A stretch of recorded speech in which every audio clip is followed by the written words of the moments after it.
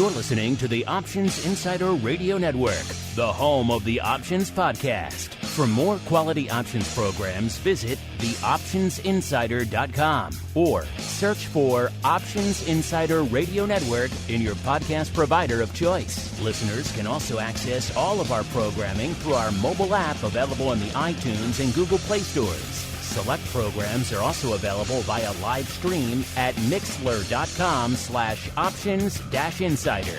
That's mixlr.com/options-insider. Don't forget to follow along with your favorite programs and submit your own questions for the hosts at twitter.com/options, stocktwits.com/options, facebook.com/theoptionsinsider, or via questions at theoptionsinsider.com.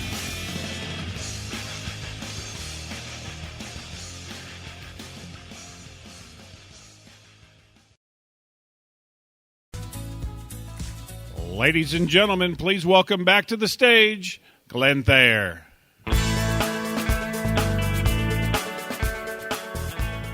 Well, welcome back from the break, folks. It's my pleasure to introduce to you Jim Burns, partner with our session sponsor, Wilkie Farr and Gallagher.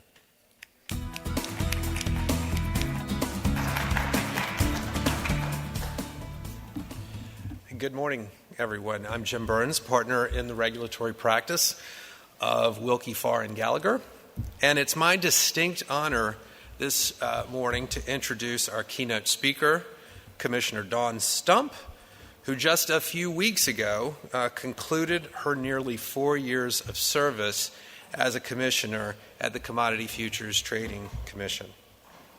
Prior to her CFTC tenure, she held senior policy posts at FIA and the New York Stock Exchange. And for much of her earlier career, Commissioner Stump served in senior staff positions on the Senate and House Agricultural Committees.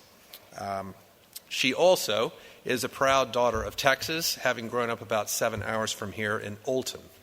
And go Texas Tech. Commissioner Stump is joined this morning on the stage for a fireside chat by OCC's very own Chief External Relations Officer Julie Bauer, herself a formidable presence in the Washington policy world, having before joining OCC back, I guess, in 2016, spent years in senior posts at FINRA and the Chicago Board of Trade.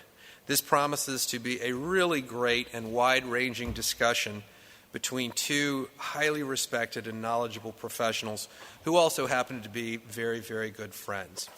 And I'll invite them to come on stage, but as they're coming on stage, I just wanted to say I had the opportunity before coming in today to talk to a former colleague of Commissioner Stump, who happens to be a colleague of mine now, former Chairman Giancarlo of the CFTC. And I said, if you were introducing Commissioner Stump, what would you say? And he had these observations. Dawn Stump has a profound ability to articulate the value proposition of derivatives in terms that are understandable to ordinary Americans. She also brings a terrific focus on the importance of market data to the work of regulation and the need for care and discipline in the collection and handling of it. She brings an appreciation for the unique role of the CFTC in setting international standards for derivatives regulation, and she set the highest bar for collegiality, civility, and domain knowledge as a federal regulator. I can think of no higher coda as you move on to the next stage of your career. It's great to see you both. Thank you. Thanks, Jen. Wow. Wow. How nice. That was very nice. I should leave my job more often and have all these nice things said about me. People love former regulators, don't they? Well, and it's so nice to be here without all of my disclaimers that the lawyers and the government tell you you have to say. It will make for a much shorter conversation. I will not have to give you all my disclaimers. I love it. Regulators Unplugged. Yes, exactly. Okay. All right. Well, we're going to try to cover a lot of different topics today. Some of the the top issues that are being discussed in D.C., some things that have been hanging around for a while. And then, Dawn, I want you to help give our audience here a little peek behind the curtain in the life of a regulator, in what goes on at a regulatory agency. I think pretty much everyone at this conference has some occasion to either file a proposal with the regulator, get something approved, comment, as was discussed in the last panel, on proposals that are issued that are going to have a real impact on the market. So I think that could be an interesting and useful takeaway for a lot of folks. But I'll put on my readers, not my sunglass readers, which are my new favorite swag item, but my regular ones. And let's start with crypto, because it is the hot topic of the day. And we heard the last panel talk a little bit about this. But when an industry is coming along, like crypto is, and all the offshoots of it, the business is inevitably moving more quickly than the government. And that does lead to, a number of things like the hearings that people were talking about in the last panel, where there are really some good questions being asked, and there's a lot of information gathering at this point, not as much in terms of actual rulemaking being done, but it's certainly being talked about and considered, and there's always questions about the jurisdiction and which agency will have it and which committee in Congress will have it and how will it be split up. So, from your perspective, you were on the Hill and then you were at the agency. What's the vibe like in times like this when something like this is coming up? Yeah. So this is not unique to crypto. I think that anytime there's something that is novel or interesting or a little bit out of the box, there is a misalignment of priorities between those who develop these products and the federal government. And I say that because those who are developing products, their priority is market participant demand and product development, where a regulator's priority is the safety and soundness of the market. So in theory, those two shouldn't be so far apart. The responsible developer also wants to introduce their product into a safe system and wants to ensure that the product doesn't present obstacles for the safety and soundness of the entire system. And regulators also have an interest in advancing technology and innovation. But perhaps in reality, as you said, because industry is moving so much faster than Washington, so in reality I think we have a situation where the priorities get misaligned, and there is this real need to bridge this gap between potential and skepticism, and that's exactly where we are with crypto. There is oftentimes when the product development moves so far ahead of Washington, the regulator's tendency is to use their enforcement toolbox to try and get into the what might make them more comfortable. And I have to say, when I was at the CFTC, I never really had concerns when we were bringing enforcement cases in the crypto space relative to fraudulent activity. I think that was a very responsible thing for the agency to do. I often struggled when we were bringing enforcement actions with regard to industry oversight, such as when an entity should have been registered with the CFTC to offer the product. Not because I disagree that in some cases those entities should have been registered with the CFTC as a DCM or a DCO or a CEF or an FCM in some instances, but what I struggled with is we had never written any rules that explained how those entities would go about fitting into those regulatory categories, and I thought it was really disingenuous of us to have brought those enforcement actions without regulatory clarity. And in fact, we did see, oftentimes after those enforcement actions were taken or there were settlements made, the defendants in those cases would come to us and say, well, I want to register as XYZ. Well, you don't fit that registration category. Right. You fit elements of it, but you don't, you can't possibly comply with all of the principles around those. And so I do think the agencies, both the SEC and the CFTC, should continue to use their enforcement authorities, but they should also design some regulations or guidance around what their expectations are in this space. And Congress will need to be involved. I mean, that's the crossroads we're at right now. Right. Congress is hearing from the public that there isn't any regulatory clarity, so Congress will get involved and help the regulators and the industry come to terms with what makes sense. And I think that is the correct answer. Right. It's going to be a very slow process. This process is not one that is conducive to the pace at which industry wants to have things in the marketplace. And that is unfortunate, but it will be a slow process. And there's a lot of really interesting considerations specific to crypto. On the futures side, if you're going to develop a futures product or a swaps product, it's probably going to have to be cleared. And so if it's a futures contract, it's definitely going to have to be cleared. So there is this really interesting conversation about the interest of the market participant or the client not wanting intermediation. And when we talk about that, the regulators have to take two things into consideration. One is the client demand, but two, the safety of the infrastructure. The CFTC is an infrastructure regulator, and so they have to make sure that the clearinghouse is going to be able to sustain that. And intermediaries perform two functions in this regard. It's not just helping the client get into the system, it's also maintaining the sustainability of the clearinghouse in the event that there are multiple defaults. And so those are the kinds of conversations that are happening now. Do regulators need to design new regulations around these new disintermediated offerings? Is to market every 30 seconds sufficiently accounting for the fact that maybe we wouldn't have so many defaults?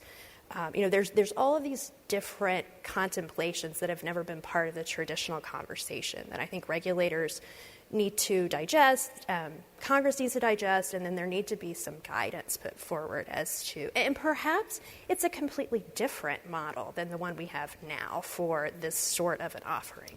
I don't know. Some people would often claim that when I talked about this as a commissioner, I was advocating for less regulation. That wasn't it. It may be a different regulation, but at the very least, we owe we owe the marketplace clarity of regulation, I think. Right. Yeah, I think it's interesting what you say because the current regulatory structure is built around categories, right, that exist for, historic and current market participants. When something like this comes around, it doesn't fit into the definitions. Do you need new definitions?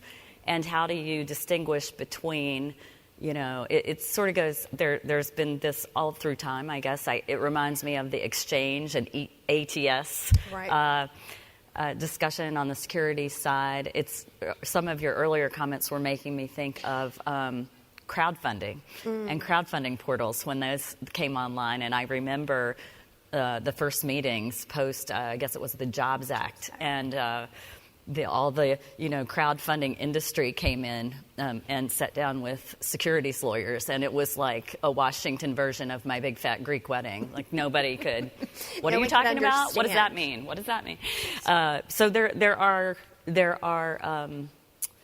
sort of translations that need to happen, I guess is the best way to say it, on both sides, and really talking and educating the policymaking community in Washington is a key part of that, and every industry has to do it, and it's a never-ending assignment, really. You can't expect those in the policymaking arena to understand your industry if you don't take time to help them understand it. Yeah, absolutely. Education is key. Yeah.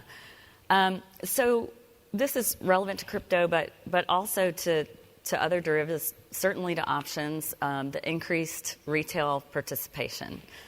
And I think that has grown also in the futures arena and in the CFTC's purview. And that's quite different, really, than how historically those markets were or what they consisted of. So talk a little bit about how that plays into your thought process as you are considering proposals and putting out regulations. Yeah, it's absolutely front of mind, and I think it's probably front of mind for all of the commissioners at the CFTC. the SEC has a bit more experience dealing with retail than the CFTC does. I mean, retail has always been present in the markets that we were regulating, but they were certainly the minority. And so when you see an increase of a different type of market participant, I listened to the retail panel, and I think they're spot on. They're perhaps not less sophisticated. They are just different in the way that they interface with the market. And this is particularly relevant when it comes to regulation, because the CFTC's regulatory structure, and I think much of the SEC's regulatory structure, is based upon regulating the infrastructure that supports the delivery of a product. And so we regulate exchanges, we regulate clearinghouses, we regulate intermediaries, and in each one of those places, we plug into a different sort of surveillance. We partner with those folks to help us surveil the market. The retail community, at least in the crypto space, very much wants to eliminate some of those steps because they believe, and perhaps rightfully so, that it would create a more efficient system, a more affordable system, a more accessible system for them. An agency that has designed their entire regulatory structure around an institutional offering has to really give thought to, do we have to redesign? Which pieces have to be redesigned? Because to ensure that customer or investor protections are robust enough, right now, each one of those points is a checkpoint for the regulator to say, here's how we expect the FCM intermediary to handle customer protection, and we interface with them, and they report to us as to how it's going. There's another interesting element to this. As I said, all of our regulations currently are written around a system that is largely designed to service an institutional clientele, at least at the CFTC. So specific to crypto again, we have international standards that say our clearing infrastructure will be supported by the resources we require our clearinghouses to sustain at all times would be able to cover their largest one or two members. Well, your largest one or two member is a very different equation if your largest member is Goldman Sachs and JP Morgan versus your largest two members being two retail market participants. That's a very different number for a clearinghouse to be obligated to hold as just a minimal resource. And so those are the kinds of things that regulators are thinking about. How do we make sure that all of the expectations Congress has given us for the infrastructure are sustainable in a new world where retail is much more prevalent? So there's just, again, I wish there were today answers. There just needs to be a lot more conversation about this on the retail side, and on the regulatory side relative to retail. Right. You mentioned something there that I want to explore a little further, and that's the international standards. There's been a real uptick in what the international standard-setting bodies have put out. I feel like it's been an increasingly impactful driver of regulation writ large across the industries. We heard the cyber panel this morning talking about how the U.S. is behind Europe, and there's some walls that are put up and containerization required and whatnot. I know you were involved in a lot of those bodies when you were at the CFTC, but share a little bit of your perspective on that and some of the things that you think maybe are good about it and what's not working so well about it. Well, first of all, I want to thank everyone who's been brave enough to enter the global marketplace and have offerings in various jurisdictions, because actually having participated in a lot of IOSCO meetings when I was at the CFTC, it's very obvious why that is so challenging. And why is it obvious? Standards seem like a fantastic idea. We need standards, but standards should be flexible. What works in China may not work in the UK. And so we need standards such that we have a baseline, but they need to be flexible, and everyone needs to respect the flexibility. Unfortunately, though, in reality, regulators are human, and regulators in particular are not very flexible because they tend to be pretty type A. I can put myself in that category too. They're a little bit on the perfectionist side. They're a little bit competitive. And so when you develop standards that are designed to provide a baseline, but everyone might not implement them in the same way, then you do have these conversations that are very uncomfortable about, well, I don't know if the way they implement it is sufficient. I'm not certain that the manner in which they have chosen to achieve that standard is suitable enough for us to say that their regulation is equivalent to ours. That's where things get really complicated. And unfortunately, I think the sad part is it has resulted in many instances where we've required entities to register in multiple jurisdictions, and what we've really done there is instead of using the standards and the flexibility and the deference, we've created competing regulatory obligations for those who are offering products in various jurisdictions, which does nothing to advance the goal, which was to ensure that a global offering could be had and could be had in a responsible way. And for example, we have, the United States and Europe has for a very long time had this tension. I keep going back to clearing, but the manner in which we would require clearing collateral calculations. So at the CFTC, the distinctions are gross versus net margining and margin period of risk, 1 day or 2 day. And this has been, I've been in so many conversations with colleagues in other jurisdictions where this comes up, and it's very hard to get past, and who has the best, who did it right. The objective was to ensure the clearinghouse had sufficient margin. It's so frustrating to me. It was frustrating to me when we just couldn't go back to the objective. And we could say, clearinghouse X has this much margin. Your clearinghouse Y has that much margin. We didn't do it the same way, but do they have enough margin to support the system? Where in reality what happened was we required that clearinghouse to put belts and suspenders on and do both of them if they wanted to participate in both jurisdictions. And I think that's really unfortunate, that there should have been an exemptive process in many fronts. But there should have been an exemptive process that was deferential and recognized that we didn't have to do it the same way. It's like my kids tell me about the laundry. Just because you didn't do it your way doesn't mean it's the wrong way. I'm like, okay, so I'll give on the fact that you can put your colors and the dark colors in the wash at the same time, but I'm going to draw the line at the colors and the the whites. I'm just we could have done a better job of being more flexible. Right. So yeah, it's hard, and I think. And to what extent I feel post-financial crisis, the safety and soundness regulators and the market regulators who sort of historically have spoken different languages, back to our theme of translating, I guess, but they've had to work together. And the lines are drawn differently in different jurisdictions as well. Yeah. Does that play into the complication? Or, on the other hand, do you feel like the two types of regulators kind of have a better understanding of each other? Or maybe both? Yeah, I definitely think there's a better understanding than perhaps there even was when I started at the CFTC. We worked really hard within IOSCO to develop a working group across the FSB and IOSCO for this very reason. Because, the folks who are prudential regulators, systemic risk regulators, I'll say, are mostly focused on the soundness of the system.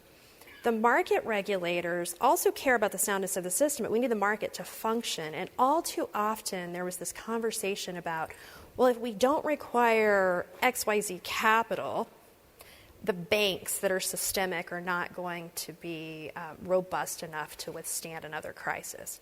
Okay, but market regulators were saying if you require the banks to hold that much capital, they're going to stop providing clearing services to all the people we need in the marketplace. Yeah. And there was a lot of talking past each other. More recently, the conversation has been about it started with Brexit, but I think it has definitely become more of a systemic risk issue. In Europe, there have been a lot of conversations about the location of clearinghouses and should they be on the continent, and should those who are clearing and utilizing euro-denominated capital have should the European prudential regulators have some hook into their regulatory oversight?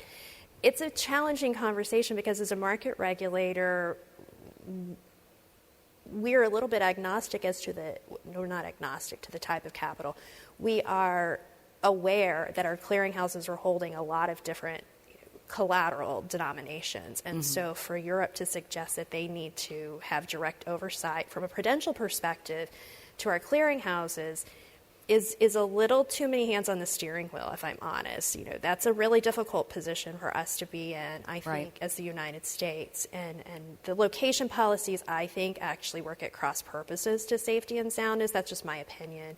Many European colleagues disagreed with me on that point. Many of and I'm very happy that I had the opportunity to work with many central bank regulators in Europe while I was at the CFTC, but they do not agree with me on this point. It's their central bank currency, and they believe they should have a role to play, especially in the UK, which is not my battle to fight. The UK and Europe will figure their own situation out. But it certainly has implications for the United States. So I do think things are better. I just think there's always something new that creates tension between those market regulators and the systemic prudential central bank type regulators.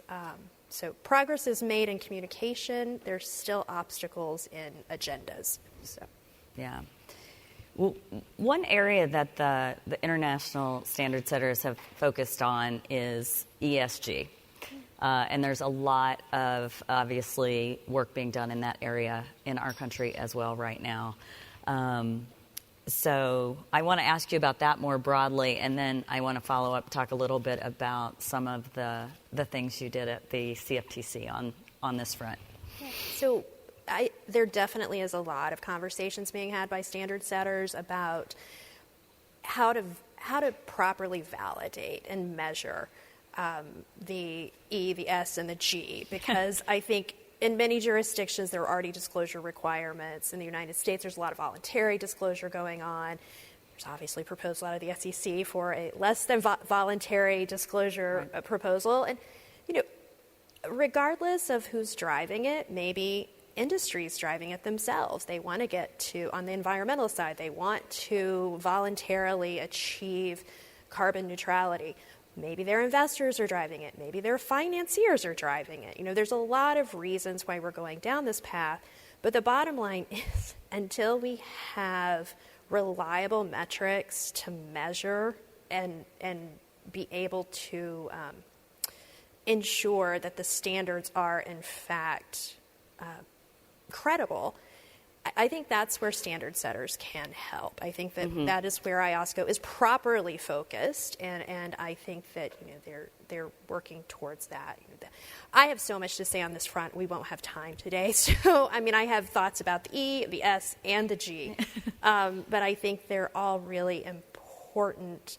Given that we have this Gen Z, which is so much younger than me, they're not even millennials. These are 18 to 25-year-olds. But they are going to change the way we do everything. And so much these categories are so important to them. And, whether or not you agree that this is a responsibility of a company or that a company should be moving in this direction, this generation is going to drive that, and it's happening, and we all just need to figure out how to make it better. And in the derivative space, we need a taxonomy that we can plug into contract terms. We're so far behind in just developing a terminology for our contracts and our, we have, I think we are part of the solution. We have products that can help people transition in a way to responsibly manage their risk. It's exciting, and I'm excited about the solutions the derivatives industry is bringing to the table here. But I think we have a lot of different, a lot of people are talking past each other because we haven't arrived at the correct measurements, the correct standard, the correct terms. The taxonomy from top to bottom really does need to be, thought needs to be given to that, and I think it's incumbent upon all of us to spend time working on developing that. Right. So let's go a little deeper on the S in the ESG. I know that you've been a very vocal advocate for diversity in the industry and beyond. And so talk to the audience a little bit about, your interest there and why you've chosen to speak out and be public on that. So I did use the platform. You have a platform, I suppose, when you're a commissioner at the CFTC to talk about the importance of diversity. And it really wasn't because I was the only woman at the CFTC. People always ask me that. How was it terrible? Was it hard? Everybody I worked with was amazing. For me, it's really just, if you work in a company, if you work at the CFTC, if you work at any decision-making body, IOSCO, it doesn't matter. You need diversity of opinions. Each of these types of organizations are, at their core, problem-solving entities. Right. And I suppose the way we've solved problems for years is fine, where there was a little bit of homogeneous thinking and things advanced the way they always advanced, the same boxes were checked. That's fine. We can do better. We can actually benefit from diverse opinions. It's really hard. It takes a little more time when you have three people with they're bringing different solutions to the table as opposed to three people who tended to think exactly alike. And I'm not trying to stereotype the leaders of yesterday. I know that everyone had brought their own expertise to the table, but for me, the diversity piece is functioning well at this point. I think everyone's realized the why. Why we need more people is just that. Why we need more diversity is to ensure we have diversity of solutions. The inclusion piece is still really lacking. And I worked a lot on this at an agency where there really wasn't a lot of diversity. And then we were making progress on the diversity front, but we were finding that people were really unhappy because they didn't feel as though they could thrive in an environment where there were very deep-rooted ideals about the way things were going to get done. And no one wants to go to work all day and be in a constant, people are constantly resisting what they're saying. So it's hard in an agency like the CFTC. It's hard in a company where, there are a lot of moving pieces and there are a lot of objectives. Right. And so this is additive, but I think it's essential. And there's so much. The inclusion piece, we need a lot of work on the inclusion piece and how we can make people, the talent we're attracting to achieve the diversity of thinking is sustained only if we make it so that they want to be there and they want to contribute. And when they do contribute, it's not dismissed because it's different or unique. I mean, it's like a chicken and egg problem for me. Right. You stop raising your hand eventually if every time you raise your hand, someone says, that's just not how we do things here. So right. Now the CFTC is very different now. Now they have 4 women and 1 man. So it's like a whole different, it's come full circle. And so I just really think that the inclusion piece is where we all need to focus now. And I did spend a lot of time at the CFTC working on the inclusion piece. And I encourage any of you who have the ability to influence that in your own companies to do so, because I think that's where we are now in advancing this ball. So. There was some good conversation in the diversity, equity, inclusion panel about that particular topic. I mean, it was sort of attracting but retaining and the cultural components and the importance of mentoring and really sponsoring people and bringing them along and lending some of your voice to some of those folks to make sure that you are fostering that development and that inclusive culture. Right. And I thought there was really an interesting conversation about why people don't do that. And I have to be honest, I've even faced that myself. I want to help, but I only have so many hours in the day. Right. And so I think everyone has an obligation to. We talked at the CFTC about, you guys may already do this, the government's a little behind, but should employees be able to do a 360 review of their managers to talk to them about, I didn't feel as though I was getting that, Yes. not mentoring, but career advancement from my supervisor, because supervisors only have so many hours in the day, but we need to make that part of their job. So Exactly, right. You need to measure it, and you need to, I think, take an honest look at those measurements, and you need to incentivize it, frankly, and motivate toward, your goals in that area, instead of them, we talked about this, have it be sort of off to the side, extra. Yep. Right? It needs to be integrated in. Right. So, and something else, sorry, I know we only have limited time. Something all right. I get Go excited ahead. about this. Something else that came up during that panel yesterday was the gap between entry level and managers, and this is in the government too. We attract new talent, but the pathway for advancement is real. There seems to be a roadblock somewhere along the way. So actually, Chairman Benham and I, when he was Commissioner Benham, we worked a lot on trying to set up something called the Pathways program that the government has at the CFTC, where you bring in young talent, but they're guaranteed a position, later on in the at the agency. The problem the government has in advancing that sort of a model, you have to have the FTE vacants. You have to have enough FT headcount. You can't commit to giving someone a job if you don't have the manager position already vacant. You can't say, we think Sam's going to retire in 10 years, so we're going to hire Sally, and she'll eventually... you have to almost have new headcount to make that work. Mm-hmm. So it's an interesting quagmire. Yes. All right, well, let's talk a little bit more about sort of behind the scenes at the CFTC, and maybe start in current time. Right now, there's a lot of geopolitical unrest going on. Margaret Brennan talked to us about it a lot yesterday. So much. And that's stressful times for a regulator.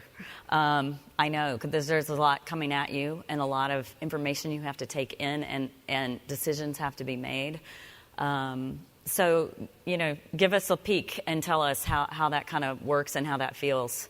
So when I was at the CFTC, we had a government shutdown.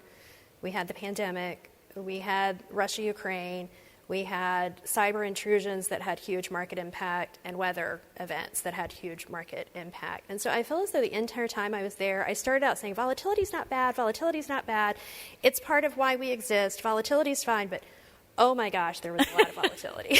And so the constant conversations about, okay, we called all the clearinghouses today, and they have a few folks who are struggling to pay their margin, but we think it's all going to work out fine. So those conversations were happening very, very frequently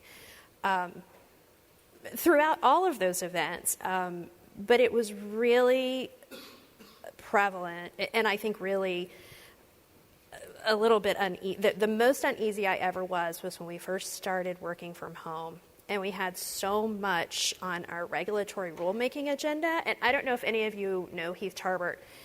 Heath Tarbert, and I already said I was type A, Heath Tarbert does not veer from the agenda. The agenda was, we are going to do these rulemakings on May 1st. And so when we all left the office, and we were having these conversations all day, every day about everybody's meeting their margin calls. We have a liquidity crisis in XYZ market. People can't get out of their positions in the swap market. They were all really interesting conversations, if only they'd been an academic exercise. And he kept saying, and then we're going to finish the rules on blah, blah, blah. And I remember I called Benham and I said, do you have time to read rulemakings right now? I don't have time to read new rulemakings. And it became a problem of prioritization. There were only, as the person who's responsible for, these were final rules. These were not like, hey, let's put this out, get some comments.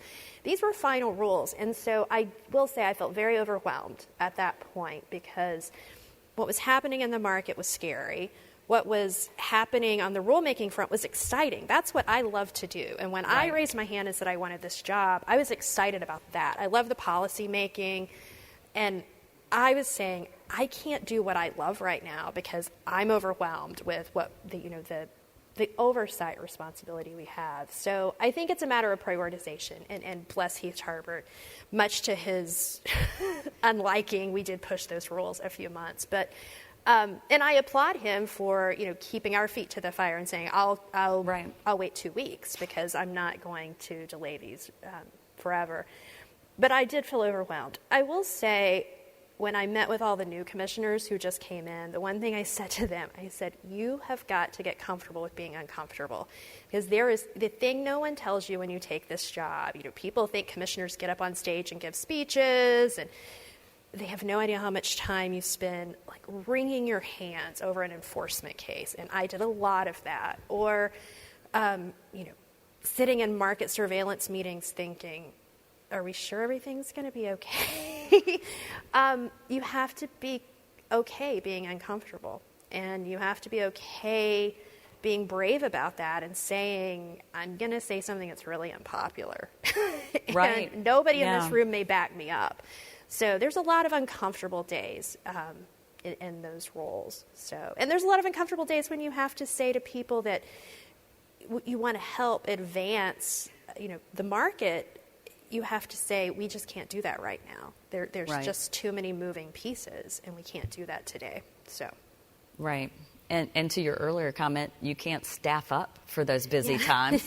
You don't have the flexibility to do that. It's not in your control. And I think the other part of being a regulator is, there's no gold stars, right? There's no you're doing too much, you're doing too little, you're going too fast, you're going too slow. And so that's another thing you have to really be okay with to do this job, right? When Willie calls and says, good job, they call when something's going wrong. Yes. And that's okay. You should call when something's going wrong, for sure. Yes. Yeah. But it's tough. It's tough when none of the calls come in the other way. Right.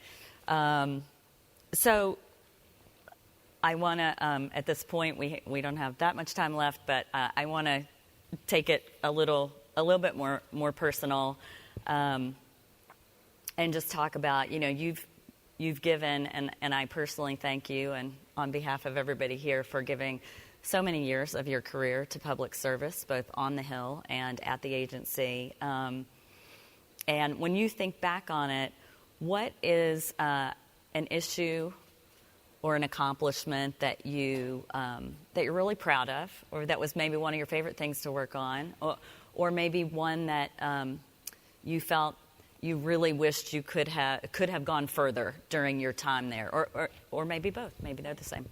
Yeah. So Mike Pivovar told me that I would spend so much time on enforcement work. I never even imagined. So basically, this is how it broke down for me. About 50% of my time was enforcement work, which is all very retrospective. And then there's the forward-looking regulatory rulemaking, which I do love. And then there's the day-to-day, the present market oversight. Mm-hmm. And then there's the piece that no one ever talks about, which is the operation of the agency. And I'm really proud that on the operations of the agency, typically that's the budget. And how do we divide up the money? And do we need to do pay reassessments? But it became very obvious to me early on, and maybe because the Edgar breach was pretty fresh at the time when I came to the CFTC, that the CFTC needed to do a top-to-bottom review of how we were handling the intake and the protection of data. And so I spent a lot of time thinking about this and initiated it's called the Data Protection Initiative. And I was very grateful that all the chairmen who were there while I was there were supportive and let me run with that. It is something I'm very proud of. I don't have time to go into all the things we did, but there's so much more to do. It can't just be like, oh, Commissioner Stump did this Data Protection Initiative. Isn't that nice? We issued 2 press releases. There's a lot more work that needs to be done relative to carrying that through. So there's never the right time to leave. I wish I could have done more in that space, but I am very proud to have highlighted that and had people focus on it, because people go to their jobs every day and they focus on, oh my gosh, I can't let the clearinghouse fail. oh my gosh, I've got to deal with swap data reporting. Oh my goodness, we need to write a rule about position limits. And the whole time they're asking for more and more data to do their job. And then at some point you realize, how exactly are we accessing that? When you do your exam, are you going to OCC to do your exam? Are we bringing that into our system? And then how do we dispose of it? These are technical things that no one really wanted to talk about, but that many people came to the table and helped me do it. So I was very grateful for the teamwork that went into the data protection initiative. So For sure. I have a couple more questions, but does anybody in the audience have a question? I can't really see because of these lights. All right, you think about it. I'm going to go ahead with my next one. So you worked on Capitol Hill. A couple of your fellow commissioners at the CFTC worked on Capitol Hill at the same time as you, other side of the aisle. Yeah. And I think that shared history really helped fuel a productive working relationship. It speaks a lot to you and your colleagues. But talk about that a little bit. I think, for folks who aren't involved in policymaking discussions, right, there's a lot of yammering at each other from far ends of the spectrum. So talk about the bipartisanship and sort of how you balance that and how it worked. So I am very proud that I had really good working relationships with, when I started, there were 3 Republicans and 2 Democrats on the commission. I had very good relationships with both of the Democrats. They did happen to be the 2 individuals I had worked with previously, so we came to the job knowing each other and having worked together. But I think what's really important about that is that we don't put each other in boxes. So Washington has this tendency, she's a Republican, she's a female, I'm going to put her in all these boxes, she must support X, Y, Z. Well, that's not true. I am a Republican, and I probably got my job because they were trying to fill one of 3 Republican slots.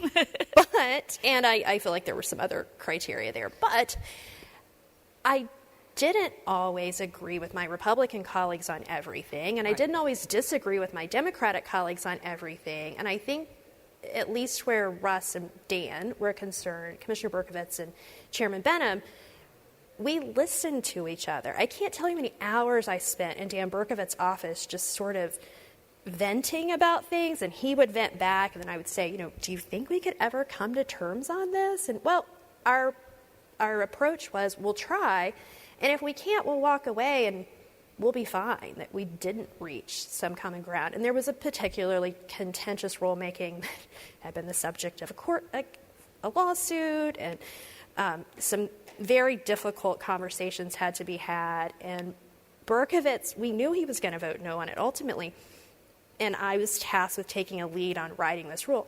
I still spent a lot of time talking to him because I respected his opinion and listening to what he thought about what I was going to suggest we do. Ultimately, yes, he voted no. I voted yes. And he offered an amendment, and I have to say my Republican colleagues were probably shocked that I supported his amendment. And because I supported it, it passed. And I think they were not happy about it either. But he made things better because he was a good lawyer, and I enjoyed working with him. And he never put me in a box and assumed that I wouldn't be willing to listen to him just because I had this tag that was the Republican tag. It's sort of, I don't know if you guys know that song, Meghan Trainor. It's the name of the song is Excuses. And if you pull up the lyrics, I always would say to these colleagues, I want you to listen to that because don't put me in these boxes. I'm not sure if you know, but that's not I'm not who you think I am, so don't give me the excuse that you can't work with me because you think I am somebody I'm not. Just be you. And I've said that to all of the folks who've come to the CFTC. Don't try to fit a box, because you get the job because you fit certain boxes, but you're independent once you get to an agency like the CFTC or the SEC. You don't have to say no just because the other side said yes. Right. I did enjoy my relationships with all of my colleagues, but I had a unique relationship with the 2 Democrats because I think we listened to one another. Okay, did anybody have a question? Is there one? Okay, yeah. Okay. Yes, I wish your opinion on the FTX ruling or question What's your position on the FTX submittal about being an exchange, FCM, and essentially all the above?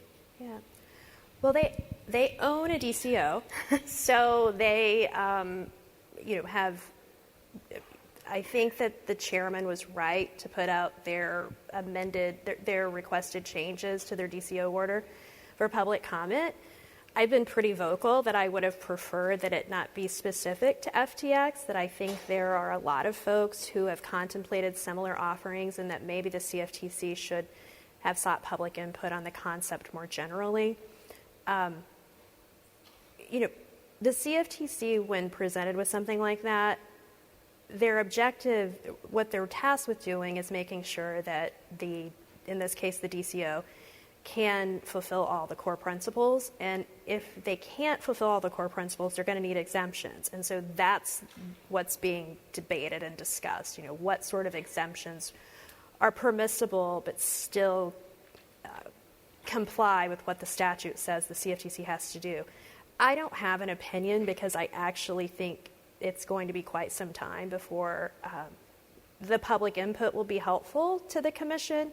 And I really think that it may result in new rulemaking. Perhaps the answer is dealing with this in the context of just FTX's amended order, but perhaps the solution is writing some rules that are specific to retail, disintermediated clearing offerings. And that is something that I'm certain must be being contemplated at the CFTC right now. What is the right path for doing this sort of thing?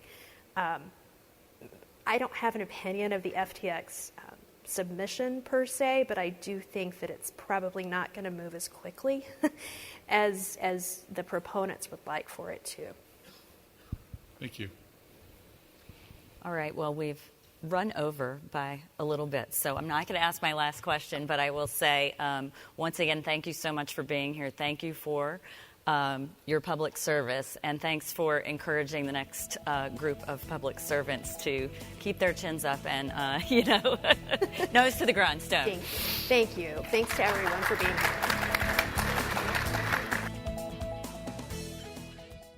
You're listening to the Options Insider Radio Network, the home of the Options Podcast. For more quality options programs, visit theoptionsinsider.com or search for Options Insider Radio Network in your podcast provider of choice. Listeners can also access all of our programming through our mobile app available in the iTunes and Google Play stores. Select programs are also available via live stream at mixlr.com/options-insider. That's mixlr.com/options-insider. Don't forget to follow along with your favorite programs and submit your own questions for the hosts at twitter.com/options, stocktwits.com/options, facebook.com/theoptionsinsider, or via questions@theoptionsinsider.com.